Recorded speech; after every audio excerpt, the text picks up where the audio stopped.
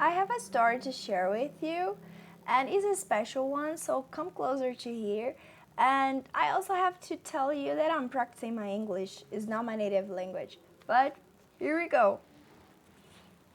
It's Luke 15:11-32. Is the parable of the lost son. Jesus continued, There was a man who had two sons. The younger one said to his father, Father, give me my share of the estate. So he divided his property between them. Not long after that, the younger son got together all he had, set off for a distant country, and there squandered his wealth in a wild living. After he had spent everything, there was a severe famine in that whole country, who sent him to his fields to feed pigs. He longed to fill his stomach with the pods that the pigs were eating, but no one gave him anything. When he came to his senses, he said, How many of my father's hired servants had food to spare, and here I am, starving to death. I will set out and go back to my father and say to him, Father, I have sinned against heaven and against you. I am no longer worthy to be called your son. Make me like one of your hired servants. So he got up and went to his father. But while he was still a long way off, his father saw him and was filled with compassion for him. He ran to his son, threw his arms around him, and kissed him. The son said to him, Father, I have sinned against heaven and against you. I am no longer worthy to be called your son. But the father said to his servants, Quick, bring the best robe and put it on him. Put a ring on his finger and sandal on his feet. Bring the fattened calf and kill it. Let's have a feast and celebrate. For this son of mine was dead, and he's alive again. He was lost and is found. So they began to celebrate. Meanwhile, the older son was in the field. When he came near the house, he heard music and dancing. So he called one of the servants and asked him what was going on.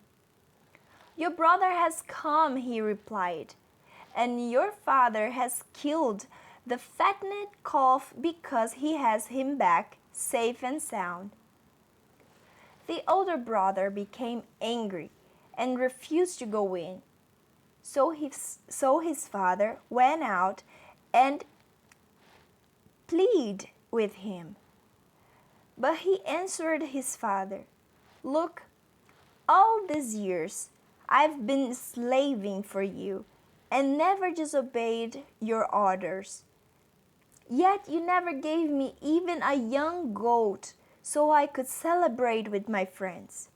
But when this son of yours, who has squandered your property with prostitutes, come home, you kill the fattened calf for him.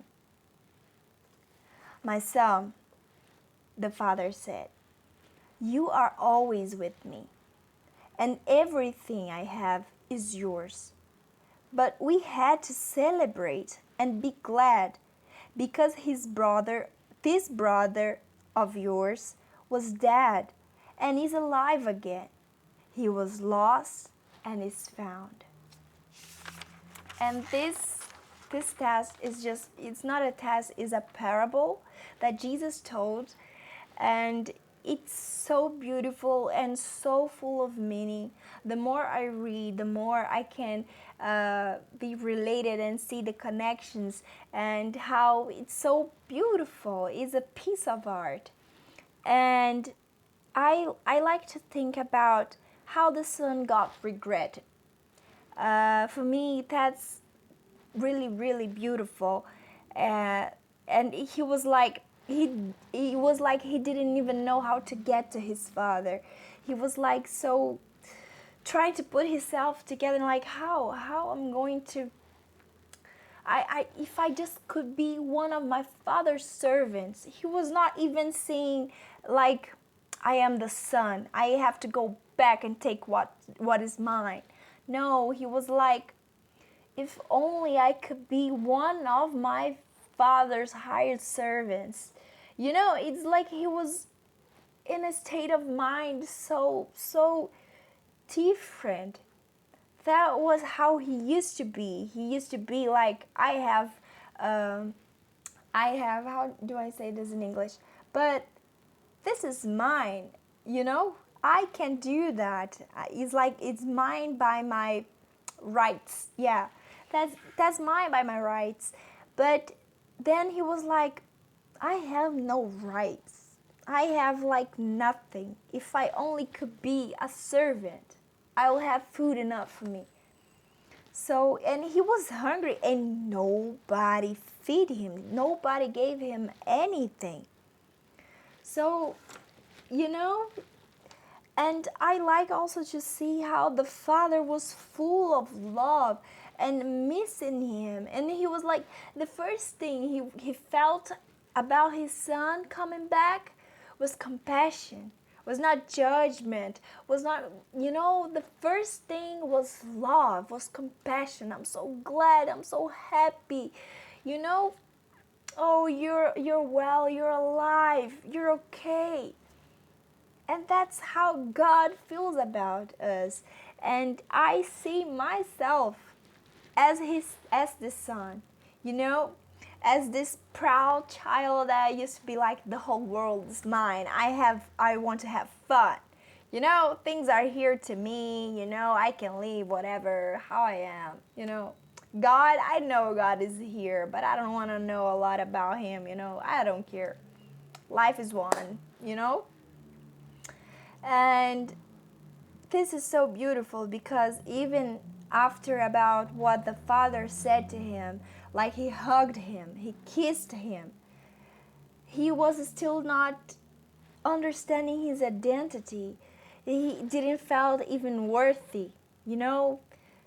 He wasn't worthy to be called his son. And that's also, I don't know if you identify with this, but sometimes we sinned. Sometimes we sin. Yes, we sin, and we think that we have lost God, and that's how the devil wants you to think about yourself. If you sinned, you're not loved anymore. But that's not. The father killed the fattened calf.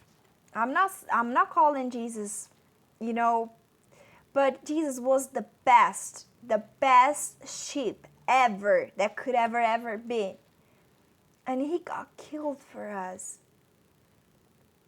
You know, and that's why we should be so happy when someone get, you know, somebody converted. When you are converted, you gave your life to Jesus. You were found, you were lost, and now you're found, and you're alive again. You were dead in your sins. And God doesn't even care. He's just so happy and want to celebrate that you are home again. So, yes, we should put music, dance, celebrate, even if the other kids, the older brothers, that are our other brothers, when we arrive in church, even if we, you know, we feel disconnected, we feel like rejected, God love us. Keep strong, keep there. The older sons are going to understand that, but keep listening to the Father. Trust in the Father. Okay? He is the owner of everything, and he loves his kids. He loves us. So yeah, that's the story I wanted to share, and I hope you have reflected about something, because I sure did. Yeah, see you in the next video.